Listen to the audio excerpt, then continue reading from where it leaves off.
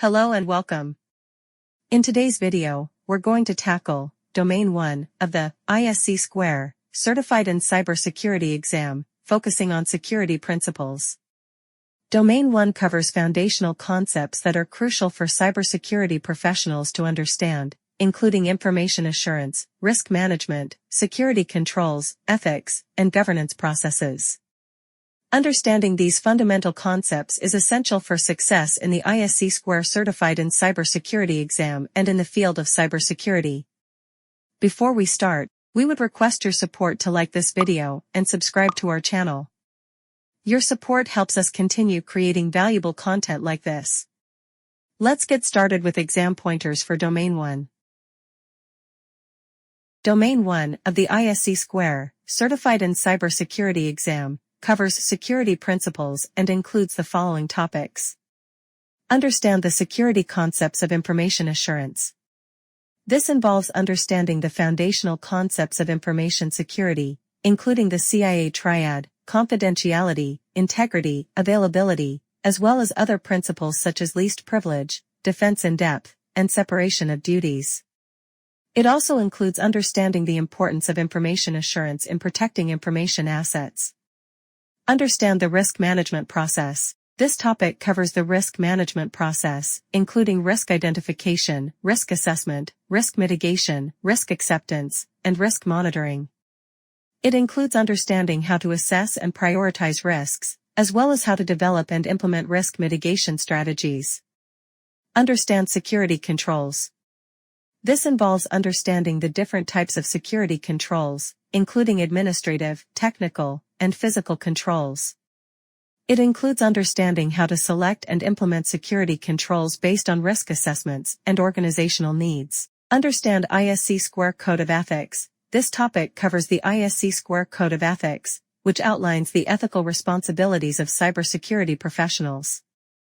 It includes understanding the principles of the code, such as protecting society, acting honorably, and providing diligent and competent service.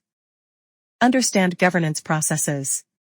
This involves understanding the principles of security governance, including roles and responsibilities, security policies, standards, and procedures.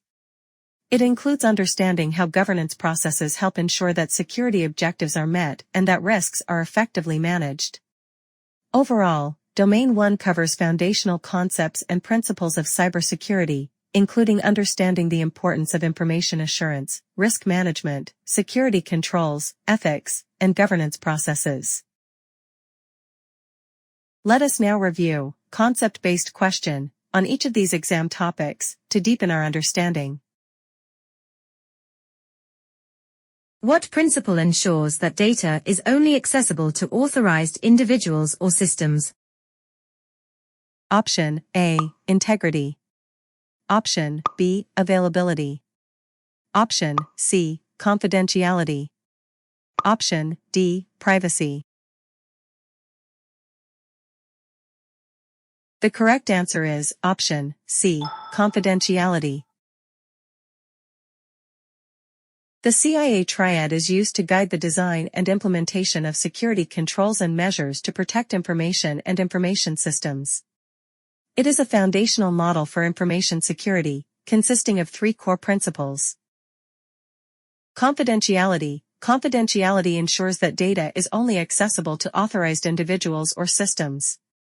It involves protecting sensitive information from unauthorized access, disclosure, or theft. Confidentiality controls help ensure that data is encrypted, access is restricted, and information is only shared with authorized parties. Examples of confidentiality controls include encryption, access controls, and data classification. Integrity. Integrity ensures that data is accurate, reliable, and has not been tampered with. It involves maintaining the consistency and trustworthiness of data throughout its lifecycle. Integrity controls help prevent unauthorized modifications, deletions, or alterations to data. Examples of integrity controls include checksums, digital signatures, and access controls. Availability. Availability ensures that data and systems are accessible and usable when needed. It involves ensuring that data is accessible to authorized users and that systems are operational and reliable. Availability controls help prevent and mitigate disruptions to services caused by hardware failures, software errors, or malicious attacks. Examples of availability controls include redundancy, backups, and disaster recovery planning. Privacy, within the context of the CIA triad, involves implementing measures to protect personal information from unauthorized access, ensuring its accuracy and reliability, and providing individuals with access and control over their data. By considering privacy alongside the CIA triad, organizations can protect both data and individuals' rights to privacy. Let us now move on to our next question. Which of the following is an example of a technical control? Option A. Security awareness training. Option B. Firewall. Option C. Background checks. Option D. Security policies. The correct answer is option B. Firewall. Firewall is an example of a technical control because it is a technology-based security measure that controls and monitors network traffic to prevent unauthorized access and protect against cyber threats. There are several types of controls that organizations can implement to manage and mitigate risks. These controls can be categorized into three main types. Administrative controls. Administrative controls are management-based controls that establish policies, procedures, and guidelines to manage risk. They are often implemented through organizational policies and procedures and include measures such as security training, security awareness programs, and incident response plans. Technical controls. Technical controls are technology-based controls that are used to protect systems, networks, and data. They are implemented through hardware or software and include measures such as firewalls, antivirus software, encryption, and access control systems. Physical controls. Physical controls are measures implemented to protect physical assets, facilities, and resources. They include security guards, locks, access control systems, surveillance cameras, and secure facilities. These controls work together to provide a layered approach to security, often referred to as defense in depth. By implementing a combination of administrative, technical, and physical controls, organizations can enhance their security posture and better protect their assets from various threats. Let us now move on to our next question. Multi-factor authentication, MFA, is an example of which security concept? Option A. Integrity. Option B. Authentication. Option C. Availability. Option D. Non-repudiation. The correct answer is Option B. Authentication. Authentication is the process of verifying the identity of a user or system attempting to access a resource. It ensures that only authorized individuals or systems can gain access to the resource, helping to protect against unauthorized access and potential security breaches. There are several types of authentication methods, including something you know. This type of authentication involves knowledge-based factors, such as passwords, PINs, or security questions. Examples include password, a secret word or phrase known only to the user. PIN, personal identification number and numeric code used to authenticate a user. Something you are. This type of authentication involves biometric factors, which are unique physical or behavioral characteristics of an individual. Examples include fingerprint recognition, verifying a user's identity based on their fingerprint. Facial recognition, authenticating a user by analyzing their facial features. Iris recognition, identifying a user based on the unique patterns in their iris. Something you have.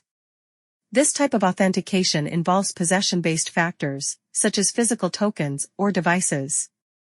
Examples include Security token, a physical device that generates a one-time password, OTP, for authentication. Smart card, a card containing an embedded chip that can be used for authentication.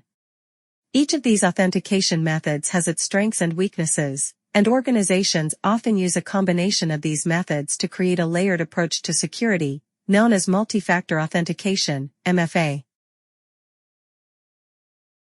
Let us now move on to our next question. What does the risk management process include? Option A, risk acceptance. Option B, risk elimination. Option C, risk delegation. Option D, risk avoidance. The correct answer is option A, risk acceptance. The risk management process is a comprehensive approach to identifying, assessing, and responding to risks that can affect an organization's ability to achieve its objectives. Each component plays a crucial role in mitigating risks and ensuring the organization's resilience. Let us review each component. Risk identification. This is the first step in the risk management process, where potential risks are identified. Risks can arise from various sources, including internal processes, external events, and strategic decisions. The goal of this step is to create a comprehensive list of risks that could impact the organization's objectives. Risk assessment. Once risks are identified, they are assessed to determine their likelihood and potential impact. This step involves analyzing the risks based on qualitative and quantitative factors, such as the probability of occurrence, the magnitude of impact, and the level of control over the risk. Risk analysis. In this step, the assessed risks are further analyzed to understand their nature and characteristics. This includes identifying the root causes of the risks, assessing their interdependencies, and evaluating their potential consequences. The goal is to gain a deeper understanding of each risk to inform decision-making. Risk evaluation. After the risks are analyzed, they are evaluated against established criteria to determine their significance. This step involves comparing the risks against risk tolerance thresholds and determining whether they should be treated, accepted, transferred, or avoided. Risk treatment. Based on the evaluation, a risk treatment plan is developed to address the identified risks. This plan outlines the actions that will be taken to mitigate, transfer, or accept the risks. Risk treatment may involve implementing controls, changing processes, or transferring risk to insurance or other parties. Risk monitoring and review. Risk management is an ongoing process that requires regular monitoring and review. This step involves tracking the effectiveness of the risk treatment measures, identifying new risks, and updating the risk management plan as needed. Monitoring and review ensure that the organization remains proactive in managing risks. Risk communication. Effective communication of risks and risk management strategies is essential. This involves sharing information about risks with stakeholders, employees, and other relevant parties to ensure that everyone is aware of the risks and the organization's approach to managing them. Documentation and reporting. It is important to document all aspects of the risk management process, including risk assessments, risk treatment plans, and monitoring activities. This documentation provides a record of the organization's risk management efforts and can be used for reporting purposes and future reference.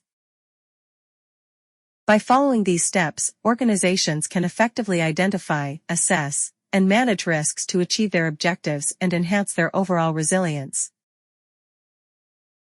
Let us now move on to our next question.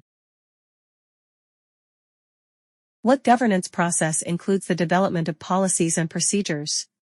Option A, policies. Option B, procedures. Option C, standards. Option D, regulations and laws.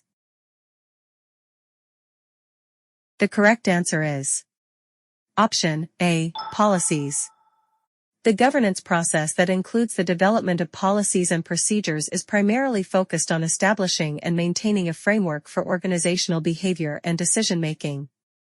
This process is essential for ensuring that an organization operates effectively, complies with regulations, and manages risks appropriately. Let us review and understand each option. Policies.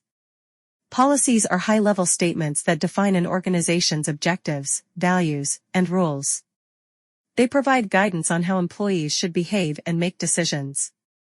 Policy development involves identifying the need for a policy, drafting the policy, reviewing it with stakeholders, and approving it through a formal process.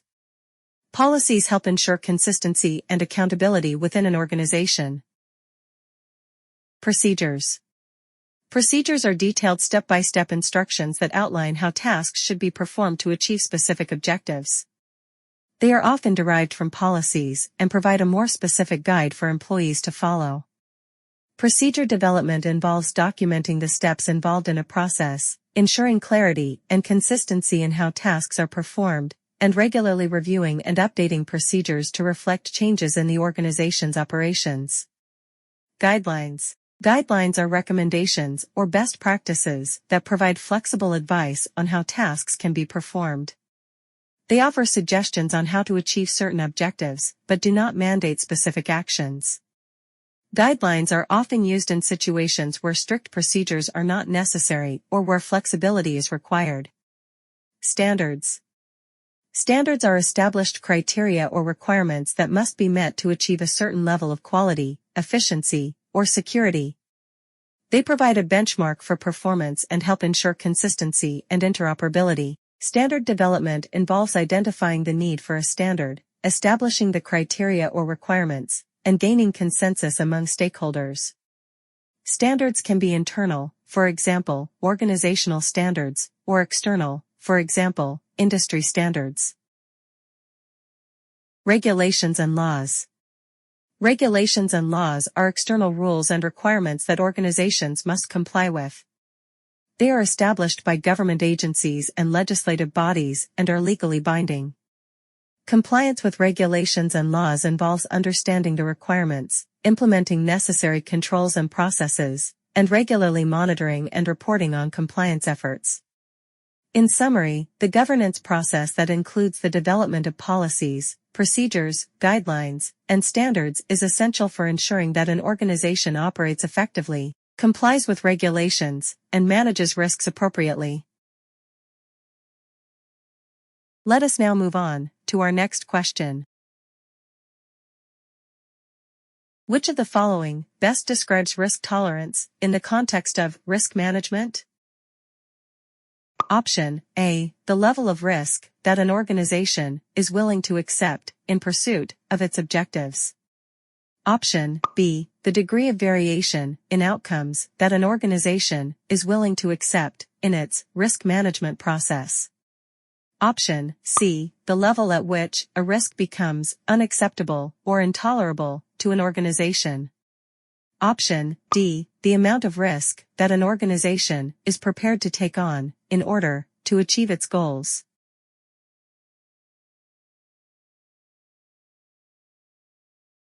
The correct answer is Option B. The degree of variation in outcomes that an organization is willing to accept in its risk management process.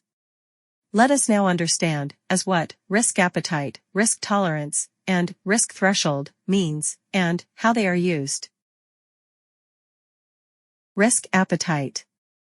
Risk appetite refers to the level of risk that an organization is willing to accept in pursuit of its objectives.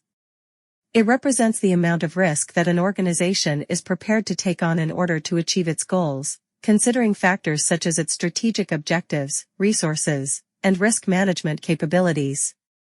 Risk appetite is often expressed in qualitative or quantitative terms and is used to guide decision-making around risk management. For example, a financial institution may have a risk appetite that allows for a certain level of investment in high-risk, high-return assets. This risk appetite is based on the institution's strategic objectives to maximize returns for its investors while acknowledging the inherent risks involved in such investments. In the context of cybersecurity, an organization's risk appetite may influence its decision to adopt new technologies or processes. For example, An organization with a high-risk appetite for innovation may be more willing to adopt emerging technologies, such as cloud computing or IoT devices, despite the cybersecurity risks associated with these technologies. Risk tolerance. Risk tolerance refers to the level of variation in outcomes that an organization is willing to accept in its risk management process. It represents the degree of risk that an organization is comfortable with and is often expressed in terms of specific metrics or thresholds. Risk tolerance is used to determine the acceptable level of risk for different activities or decisions and helps organizations establish risk management strategies. For example, a manufacturing company may have a risk tolerance for product defects, expressed as a percentage of defective products that it is willing to accept. This risk tolerance helps the company determine acceptable levels of risk in its manufacturing processes and implement quality control measures accordingly. In cybersecurity, an organization's risk tolerance may influence its decision to invest in security controls or measures. For example, an organization with a low risk tolerance for data breaches may invest heavily in encryption, access controls, and other security measures to reduce the risk of a breach occurring. Risk threshold. Risk threshold refers to the level at which a risk becomes unacceptable or intolerable to an organization. It represents the point at which the potential impact of a risk exceeds the organization's risk tolerance, requiring immediate action to mitigate or eliminate the risk. Risk thresholds are used to trigger risk management actions and decisions. For example, an organization may set a risk threshold for cybersecurity incidents, such as a certain number of data breaches or cyber attacks per year. If the number of incidents exceeds this threshold, the organization may consider it unacceptable and take corrective action, such as implementing additional security measures or revising its risk management strategy. In cybersecurity, risk thresholds are used to determine when to escalate security incidents or implement contingency plans. For example, if a cyber attack results in a significant data breach that exceeds the organization's risk threshold, it may trigger an incident response plan to mitigate the impact of the breach. In conclusion, understanding risk appetite, risk tolerance, and risk threshold is essential for organizations to effectively manage risks. These concepts help organizations make informed decisions about accepting, mitigating, or avoiding risks, ensuring that they align with their strategic objectives and resources. By establishing clear risk management frameworks that incorporate these concepts, organizations can better protect their assets and achieve their goals. Let us now move on to our next question. How does information security differ from IT security and cybersecurity? Option A. Information security focuses on protecting all forms of information, while IT security and cybersecurity focus specifically on digital information. Option B. IT security focuses on protecting hardware and software assets, while information security and cybersecurity focus on protecting data and information. Option C. Information security and IT security are interchangeable terms, while cybersecurity refers to the protection of information systems from cyber attacks. Option D. Cybersecurity is a broader term that encompasses both information security and IT security, focusing on protecting digital information and IT assets from cyber threats.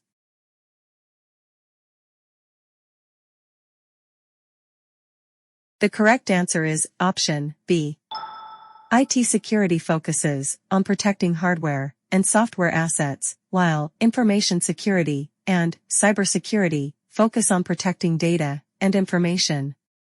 Let us try to review and understand the difference between IT security, cybersecurity, and information security.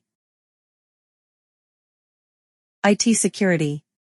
IT security, also known as computer security, specifically focuses on protecting the hardware, software, and data within an organization's IT infrastructure. It deals with securing the technology and systems that store, process, and transmit information. IT security is a subset of information security, focusing on the protection of IT assets. Some examples are firewalls, antivirus software, intrusion detection systems, IDS, secure configuration management, patch management. Cybersecurity. Cybersecurity focuses specifically on protecting digital information and IT assets from cyber threats, including cyber attacks, malware, phishing, and other malicious activities. It encompasses both information security and IT security, as it includes protecting against both traditional and digital threats. Some examples are security incident response plans, penetration testing, vulnerability assessments, security awareness training for employees, implementing multi-factor authentication, MFA. Information security. Information security is a broad field that encompasses the protection of all forms of information, both physical and digital, from unauthorized access, use, disclosure, disruption, modification, or destruction. It includes processes, tools, and policies designed to manage and safeguard information assets. Information security focuses on ensuring the confidentiality, integrity, and availability of information.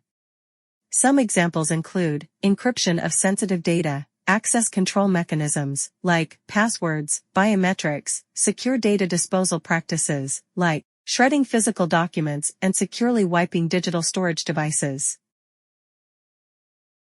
In summary, information security primarily focuses on safeguarding data in all its forms, while IT security is more narrowly focused on protecting the hardware, software, and networks that store, process, and transmit that data. Cybersecurity, on the other hand, is a broader term that encompasses both information security and IT security, with a more holistic approach to protecting digital assets from a wide range of cyber threats. Cybersecurity also includes measures to ensure the resilience of systems and the ability to recover from cyber attacks. Let us now move on to our next question. Why is the IAAA Framework important in cybersecurity? Option A. It helps organizations identify cyber threats. Option B. It ensures the confidentiality of sensitive information. Option C. It provides a systematic approach to access control. Option D. It focuses on securing network infrastructure.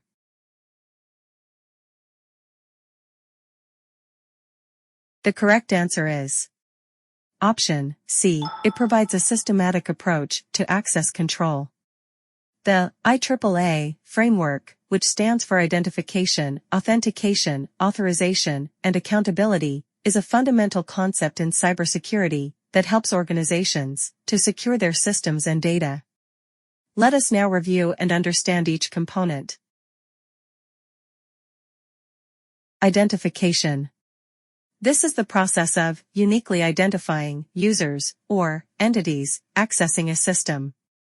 Users are typically identified by usernames, employee IDs, or other unique identifiers. For example, when you log into a website using your username, you are identifying yourself to the system. Authentication.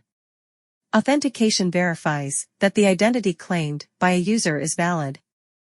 This is usually done through passwords, biometric authentication, such as fingerprint or facial recognition, or two-factor authentication. For example, when you enter your password, after providing your username, the system checks if the password matches the one associated with your username to authenticate your identity. Authorization. Authorization determines what actions or resources a user is allowed to access based on their identity and authentication. This is often managed through access control lists or role-based access control. For example, after you have logged in to a system, authorization determines whether you have permission to view, edit, or delete specific files or data. Accountability. Accountability ensures that actions taken by users are traceable and auditable. This is important for tracking user activities and holding individuals accountable for their actions. For example, logging user activities, such as login attempts, file access, and system changes, provides an audit trail that can be used to investigate security incidents or compliance violations. Together, these components form a comprehensive approach to access control, helping organizations protect their systems and data from unauthorized access and ensuring that users are held accountable for their actions. Let us now move on to our next question. Which of the following best describes the purpose of business continuity planning, BCP, and disaster recovery planning, DRP, in cybersecurity? Option A. BCP focuses on recovering from natural disasters, while DRP focuses on recovering from cyber attacks. Option B. BCP focuses on maintaining normal business operations during and after a disaster, while DRP focuses on restoring IT systems and infrastructure. Option C. BCP focuses on preventing disasters from occurring, while DRP focuses on responding to disasters. Option D. BCP focuses on data backup, while DRP focuses on data restoration. The correct answer is Option B. BCP focuses on maintaining normal business operations during and after a disaster, while DRP focuses on restoring IT systems and infrastructure. Business continuity planning, BCP, and disaster recovery planning, DRP, are critical processes that organizations undertake to ensure their ability to continue operating during and after a disaster or disruption. While BCP focuses on maintaining business functions, DRP focuses on IT systems and infrastructure. Let us try to understand each of them. Business continuity planning, BCP. BCP aims to ensure that essential business functions can continue during and after a disaster or disruption. The components of BCP include risk assessment. This involves identifying potential threats and assessing their likelihood and impact on business operations. Risk assessment helps prioritize risks and determine the level of preparedness required for each. Business impact analysis, BIA. BIA evaluates the impact of disruptions on business processes, including financial impact, operational impact, and regulatory impact. It helps identify critical business functions and their dependencies. Recovery strategies. Recovery strategies involve developing plans to maintain or restore business operations. This may include establishing alternate work locations, implementing telecommuting options, or outsourcing critical functions. Plan development. This step involves creating a detailed plan that outlines the steps to be taken during and after a disaster to ensure business continuity. The plan should include roles and responsibilities, communication procedures, and recovery procedures. Testing and exercising. Regularly testing the BCP to ensure its effectiveness and identify areas for improvement. Testing can include tabletop exercises, simulations, or full-scale drills. Training and awareness. Providing training to employees on their roles and responsibilities during a disaster or disruption. Awareness programs help ensure that employees are familiar with the BCP and know what to do in an emergency. Disaster recovery planning, DRP. DRP focuses on restoring IT systems, networks, and data after a disaster or disruption. The components of DRP include backup and recovery. Implementing backup procedures to ensure that data is regularly backed up and can be restored quickly in the event of a disaster. Recovery plans should include procedures for restoring data and systems to their pre-disaster state. Data protection. implementing measures to protect data from loss or corruption, such as encryption, access controls, and data loss prevention, DLP, tools. Data protection is essential for ensuring that critical data remains secure during and after a disaster. Infrastructure recovery. Planning for the recovery of IT infrastructure, including hardware, software, and networks. This may involve establishing redundant systems, cloud-based services, or other infrastructure solutions to ensure rapid recovery. Testing and maintenance. Testing and maintenance are essential components of an effective BCP and DRP, helping organizations identify and address vulnerabilities before they become critical issues. Regular testing and maintenance ensure that the plans are up-to-date, relevant, and capable of supporting the organization's resilience objectives. Coordination with BCP. Ensuring that the DRP is aligned with the BCP to ensure a coordinated response to disasters or disruptions. Coordination between BCP and DRP ensures that both business functions and IT systems can be restored quickly and effectively.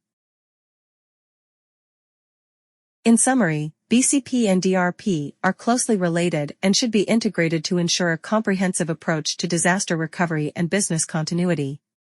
While BCP focuses on maintaining business functions, DRP focuses on restoring IT systems and infrastructure, both of which are essential for ensuring business continuity during and after a disaster or disruption. Let us now move on to our next question. Which of the following best describes the purpose of the ISC2 Code of Ethics in Cybersecurity? Option A. It provides guidelines for ethical behavior in cybersecurity.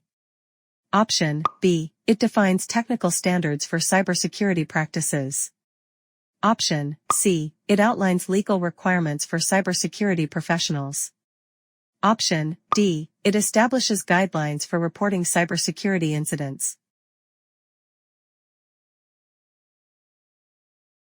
The correct answer is option A. It provides guidelines for ethical behavior in cybersecurity.